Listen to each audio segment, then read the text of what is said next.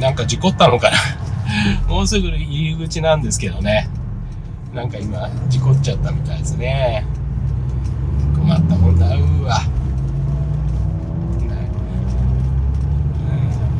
皆さん若いから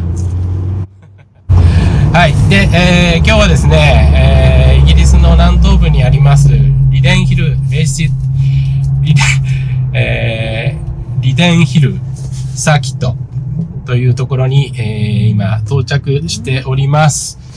ここではね、BHP パフォーマンスショーというイベントが開催されるので、うちからですね、1時間半ぐらいですかね、1時間半かけて運転して、やってまいりました。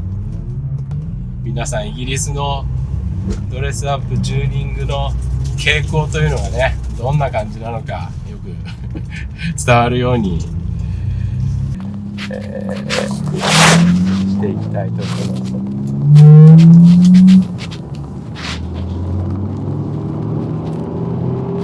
はい。